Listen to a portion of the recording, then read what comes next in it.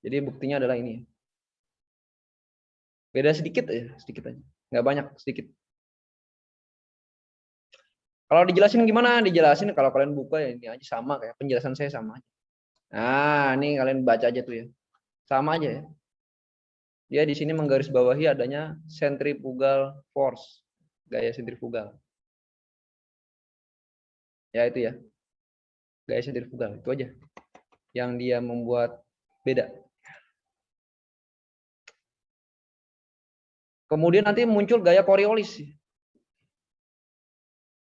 Nah, gaya Coriolis itu gimana gaya Coriolis? Gaya Coriolis itu susah dilihat. Kalau kalian pernah pernah naik kombi diputar ya? Pernah naik kombi diputar pernah nggak? Nggak pernah ya? Naik kombi diputar. Ya. Yang bawahnya juga ikut berputar ya. Kalau kalian jalan lurus itu nggak bisa jalan lurus. Ada di sini nih. Ada di YouTube. Ya. Coriolis force. Nah, Coriolis effect. Coriolis effect. Nah, ini ada bidang yang berputar ya. Kalau bidangnya nggak berputar sih bisa ya, melempar begini ya.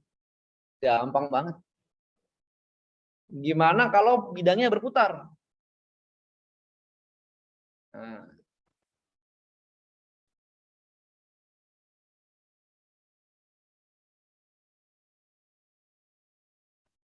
Nah, ini bidangnya berputar ya. Kalian bisa lihat videonya nggak? Bisa ya? Bisa nggak lihat videonya? Bisa.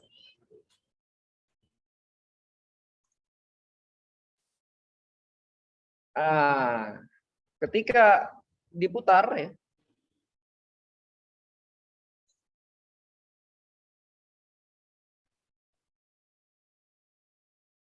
Nah, ketika diputar, kemudian satu orang lempar bola. Ternyata bolanya nggak bisa di seberang ya. Harusnya kan tadi kan di seberangnya. Harusnya kan ke sini. Tapi ternyata ke sini bolanya ya. Nah, belok, ya kan? Bolanya belok, itu gaya Coriolis. Dia sebenarnya gayanya tidak ada gaya itu ya. Cuman efeknya aja. Efek dia berputar.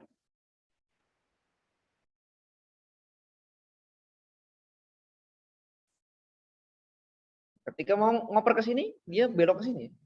Nggak bisa ya, ngoper ke sini.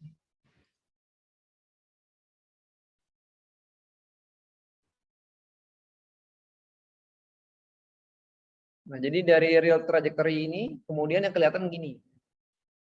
Bolanya tidak pernah berubah ya. Bola itu nggak pernah berubah arah lemparannya ya. Sehingga terjadilah Coriolis effect.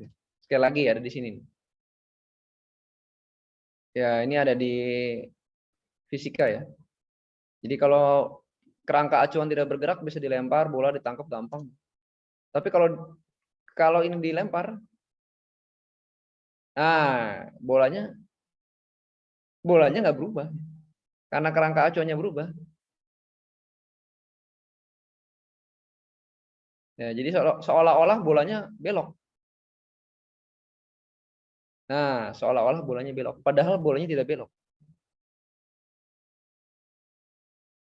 Seolah-olah bolanya belok, padahal lurus bolanya.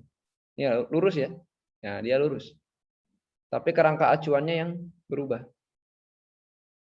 Kalau kameranya kita ikutin kerangka acuan, bolanya jadi belok. Nah, bolanya jadi belok.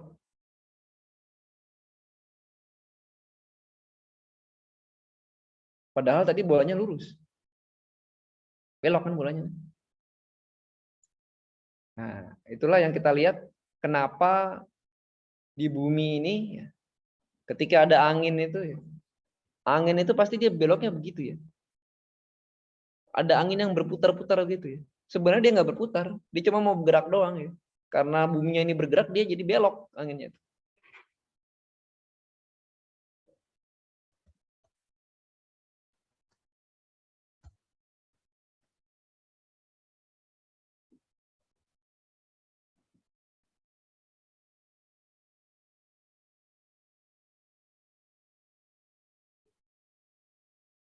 Banyak amat ya iklannya ya.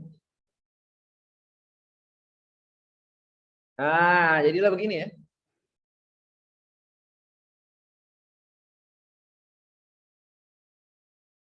Salah satu contoh dari efek Coriolis ya ini. Adanya siklon. Nah, adanya siklon ya tadi ya. Nah, ada siklon tadi ya. Siklon itu kenapa dia muter-muter begini ya? Karena buminya bergerak. Kalau bumi nggak bergerak nggak ada siklon. Dia lurus-lurus aja. Jadi yang punya pemahaman bumi datar harusnya nggak ada siklon, nggak ada puting beliung ya. Karena dia nggak akan bisa jadi siklon ya, buminya nggak bergerak ya. Yang bergerak kan matahari kan, iya kan? Nah ini dia akan bergerak begini, berbelok, seolah-olah berbelok.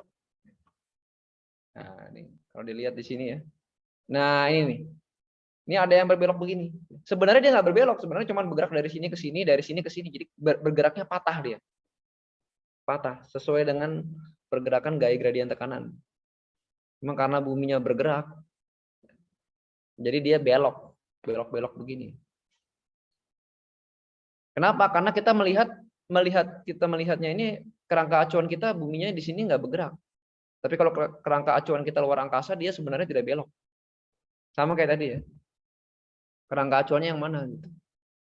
Karena kita kerangka acuannya di bumi, yang sebenarnya bergerak kita anggap tidak bergerak, maka anginnya belok. Tapi kalau kerangka acuan kita adalah bintang-bintang di langit, rasi bintang itu dia udaranya nggak belok. Sama aja. Nah kira-kira itu dulu ya. Kira-kira itu ada pertanyaan nggak?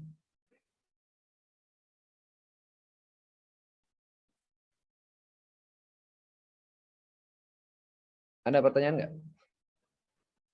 Ya, tidak ada, Pak. Izin Pak, Iya gimana? izin bertanya.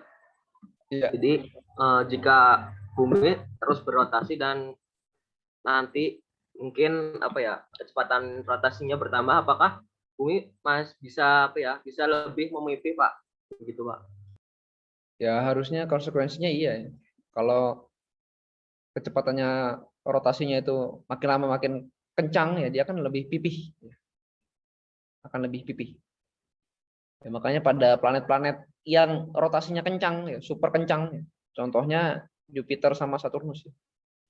Dia kan kalau Jupiter kan karena dia terlalu banyak udara ya. Jadi kayak ngembung aja dia. Tapi kalau Saturnus kan dia kan ada partikel padatnya. Kecepatan rotasinya tinggi dia. Ketika dia tinggi itu ya, jadi efek tukang martabak sama tukang pizza tadi ya.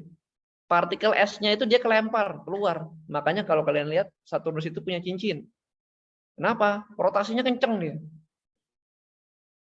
Dan isi adonan dari Saturnus itu dia padat. Kalau Jupiter kan gas doang. Kalau gas doang dia nggak bisa kelempar, kelempar balik lagi, kelempar balik lagi. Itu kan dia partikel es. Ketika dia dilempar, terperangkap nggak bisa balik lagi. Makanya dia punya cincin. Contohnya Saturnus itu ya.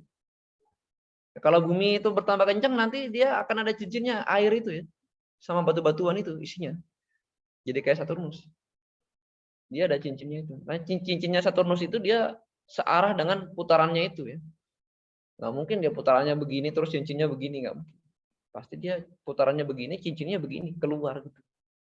Ya, buktinya itu Saturnus. Buktinya. Bukti lainnya mana? Bukti lainnya matahari ya. Matahari, tata surya. Tata surya itu kan dia planet-planet itu kan walaupun nggak sejajar persis ya, tapi kan searah sama rotasinya matahari itu ya. Makanya ketahuan Pluto itu tidak dibilang planet itu karena dia rotasinya tidak sama dengan si matahari itu. Matahari maksudnya rotasinya begini. Ada gambarnya nggak ya? Gambar aja lah.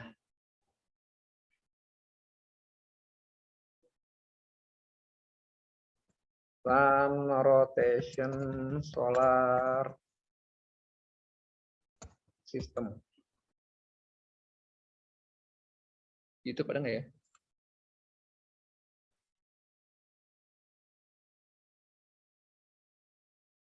Wah, iklannya banyak banget ya. nggak bisa di skip lagi.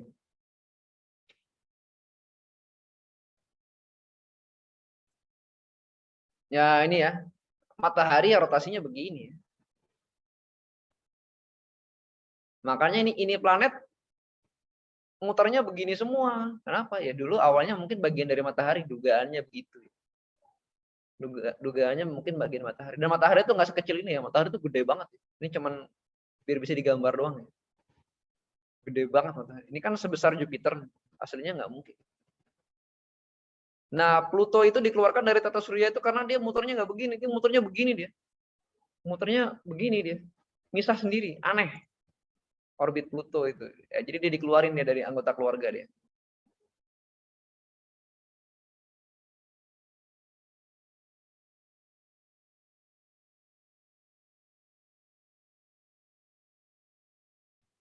Nah, dia bidang putarnya begini. Sama galaksi kita juga gitu ya.